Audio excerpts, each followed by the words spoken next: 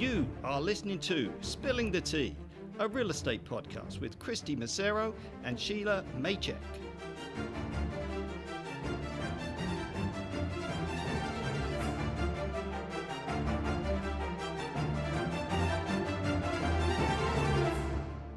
Hi everyone, you're listening to Spilling the Tea with Kristy, that's me, and Shelagh Maychek. Hello. Today we have a special episode where you're stuck with just the two of us. Just the two of us. And Jeremy. Technically, there's three of us in the room. Yeah.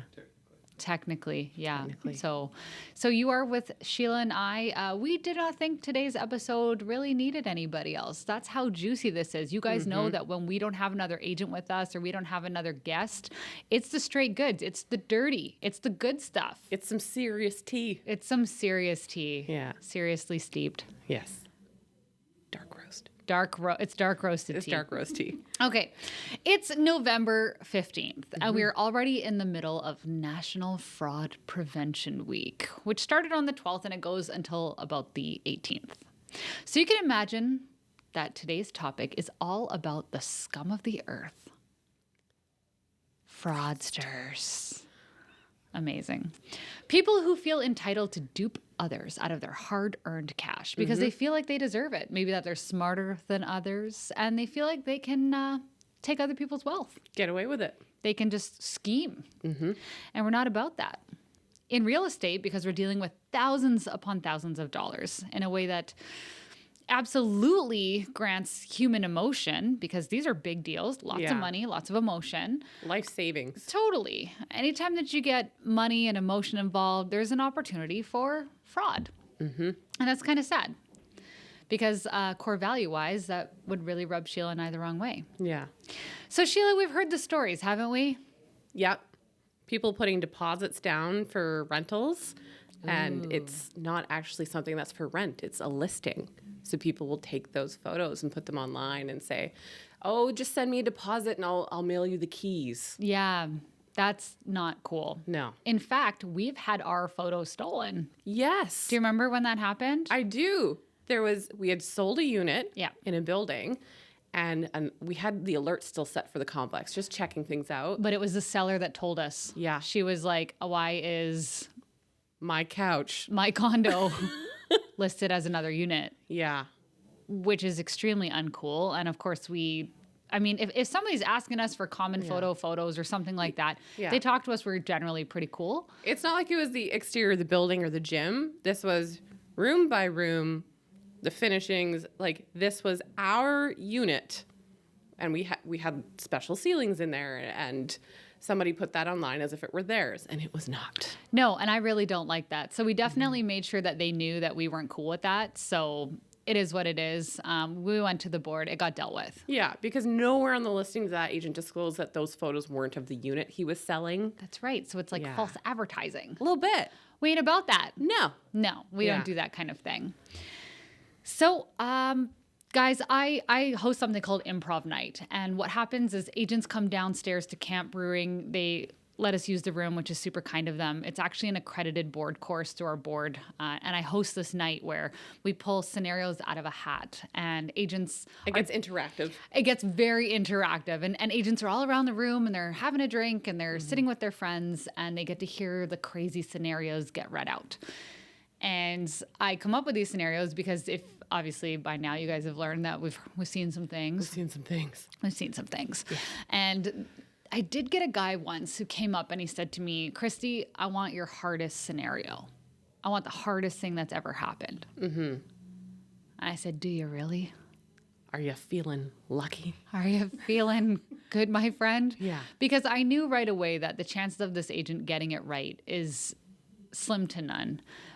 But the beautiful thing is it's a learning environment, and that's what he's there to do. He's not supposed to nail it. You know, people in those scenarios are not supposed to nail it, because if not, then why would we even be hosting it? No one would learn anything. Yeah. So this guy, amazing agent. I said to him, do you really want my hardest scenario? He goes, yeah. So I literally took my clipboard and I put it down because this is a true story. Just like all of our stories, basically. But this is a true story, and it goes like this. Are you guys ready? Imagine that your phone rings, Imagine that your client is on the phone and they are upset. They are upset into the phone. The tone on the phone is devastation. You know something's wrong. You know something's wrong immediately. Their spouse has just informed them via collect call that they are in a prison cell across the country. Oh, no. We're not talking jail. We're not talking holding cells. We're talking they are in prison. Okay. Prison across the country. We're talking East Coast. Not like, hey, honey, I'm in the drunk tank. I had too much fun. No, come get me. Okay. Yeah. No, this is like, hey, I've been sentenced to a prison term. Wow. And that's where I am. That's a pretty serious phone call. It's an extremely serious phone call. So they've been sentenced to a prison term. And to make matters worse, the spouse informs them that there is no money in the bank account. There is only about a month, maybe 2 months left. Wow. Yeah. That's pretty devastating. It's so devastating. Imagine you getting that call right now. If you're married or you have got a common law, imagine getting that phone call where your spouse is in a jail cell and they are like, yeah, by the way, we have no money. Mortgage is up for renewal in about a month or so. So you got to figure something out. Wow. Up a creek. Up a creek without a paddle times 10. Yeah. Okay. So this is the situation that was put in front of me.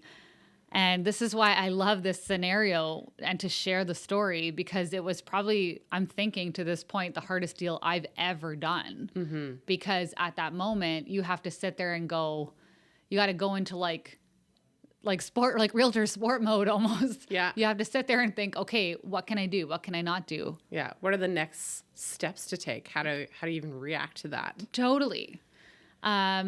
And I've been in this situation twice where this has come up in a crowd, and Sheila's been with me, and they, the golden question is, how do people react to that? And Sheila, you've been in the room when people have been reacting. It's kind of disbelief in the room, like when they're thinking, oh, what's your hardest scenario? I don't think this kind of thing would come to mind, like not a fraudulent, like someone in prison, and you have to sell their house now? How would you even navigate that? Normally you sit down at a table, or worst case scenario, you're maybe a Zoom call and you're signing documents back and forth, but I don't think they have that in prison. They do not. No. So this full blown, this is a situation. Yeah. So you can't do the empathy thing. You can't be, you can't tell a worse story because there is none. Let's be serious. This is that person's most Jerry Springer moment of their entire life. Yeah. Okay. A family with children in the house. Oh no. Old enough to know what's going on. Yeah. So it's bad. It's so bad. And you now are in this position. And the very first thing you have to think is that you are not a lawyer. You can't give legal advice, because agents, we're people pleasers. We want to come up with a solution right away. The lawyers listening to this are like, yeah, that's right. Yeah.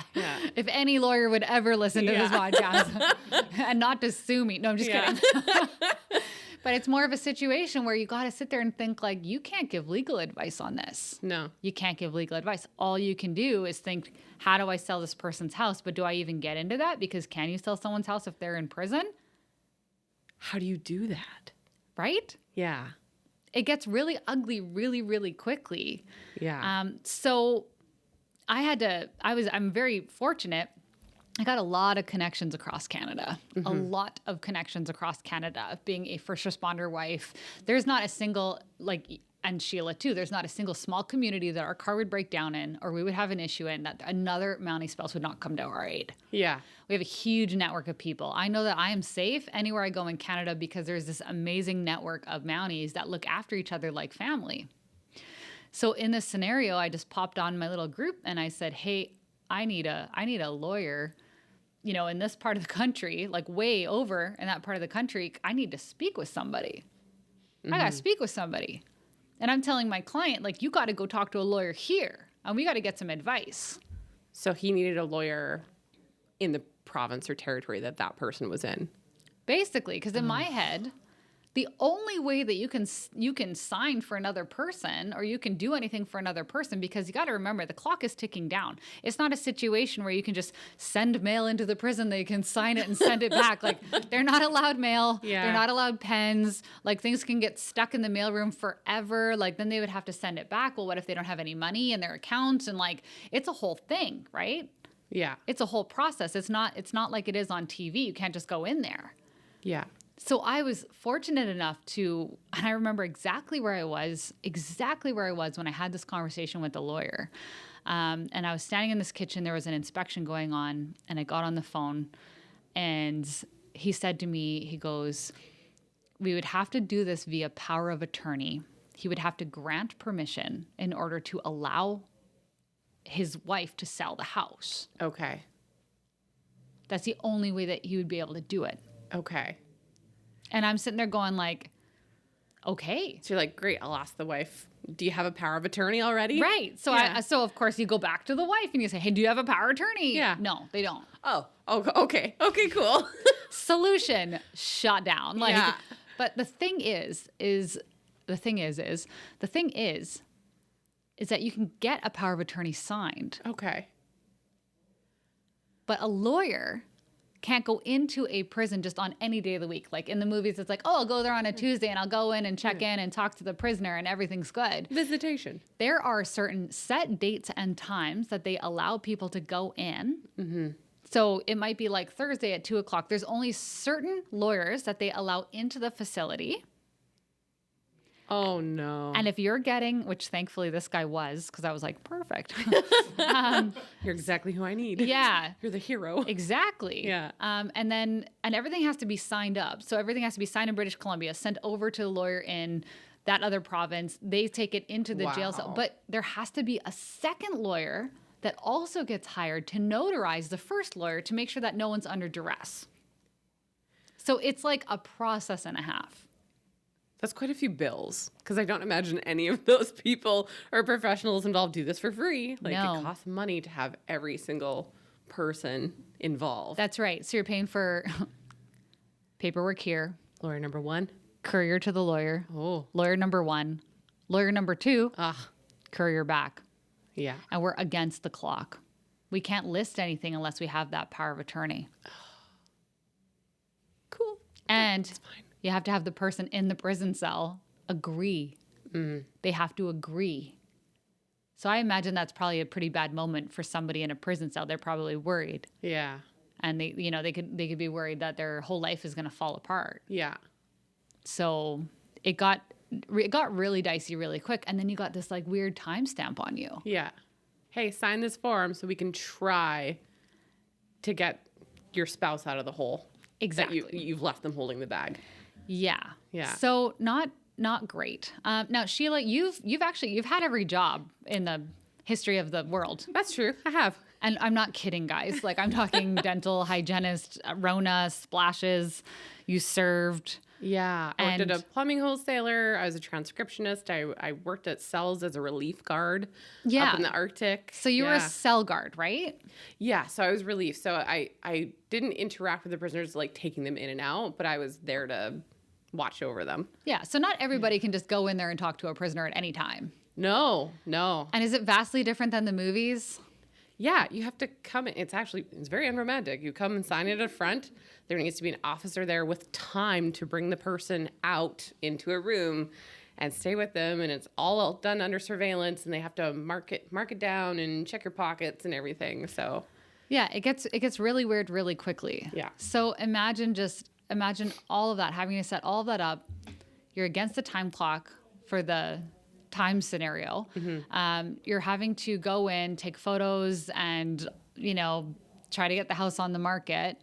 Then you have to get the power of attorney back. Then you have to sell it and have it. And this family that's living in this house is now having to sell all of their things, Yeah. like try to find a place to move out to, like all this other stuff. yeah, surprise, this is what's happening. You're going to have showings, people coming in and out. And Yeah. And it's just it was such a rude, quick, dirty situation. And it was all because somebody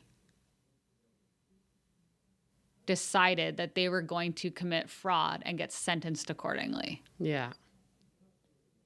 And people, like, there are such things as happy sales and sad sales. And then there are sales that just absolutely disgust you to your core. Like, absolutely on every level. Like, this person had children, they had their spouse, they had their family, they had everything. And they just completely hung them out to dry in probably the worst, most rude way I've ever seen. So you can see how that would be a really difficult scenario in improv class when someone's like, hey, give me your worst one. And you're like, here it is. Yeah. So basically, anyone who hears that story remembers it. Mm-hmm. And I'm hoping that people on this, like if you're listening or you're watching, it sticks with you too, because real estate, it's not impossible. You just have to get really crafty. You have to really sit there and think like, you know, what do we have to do to accomplish? And you have to go to the right avenues. You got to go to a lawyer. You got to go to a specialist that specializes in these. Come to me. No, I'm just kidding. Yeah. But specialize in these kind of situations. Yeah. Thankfully, I had a couple of years of real estate under my belt, because the amount of, and you try not to get stressed out about it, but there's a little bit of empathy stress there. Yeah. It's a little bit of empathy stress because these people's lives are changing in very quick within a phone call. Yeah.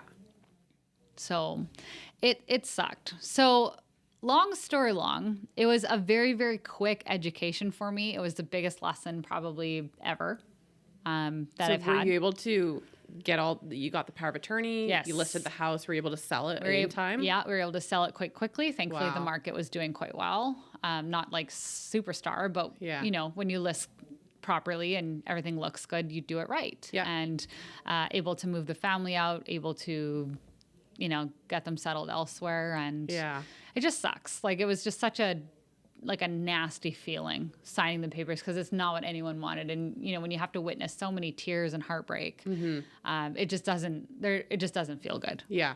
Because that wasn't anybody's choice other than that person who put themselves in that situation and in turn put their entire family in that situation. At risk. At complete and utter risk. Yeah.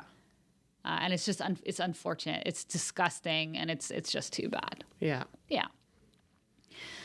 So, final note on this one. I know it's a little bit of a quicker kind of situation today, but like I said, it's the quick and dirty, but a very, very good story. Yeah. Don't go to jail, guys. Don't do it. Like, just don't do it. Don't go to prison. Good advice. Yeah. Don't do it. Just maybe stay on the straight and narrow, especially if you don't need to commit fraud. Don't. Yeah. That's the golden rule. And if you do want to do that, just get a power of attorney signed so that we can sell your house when you're locked up in the slammer. No, I'm just... Yeah. Makes it much easier on the process. You just have it ready. Yeah, we can sell all your stuff. No, I'm just kidding. But yeah, so thanks for listening, you guys. I hope this one just gets burned into your memory banks until the end of time. I'm sure it will. It's burned into mine. It feels good to get it out. And cheers, Sheila. Thanks for getting us through that. Cheers. Go team. Thank you for listening to Spilling the Tea, a real estate podcast with Kristy Massero and Sheila Maycheck.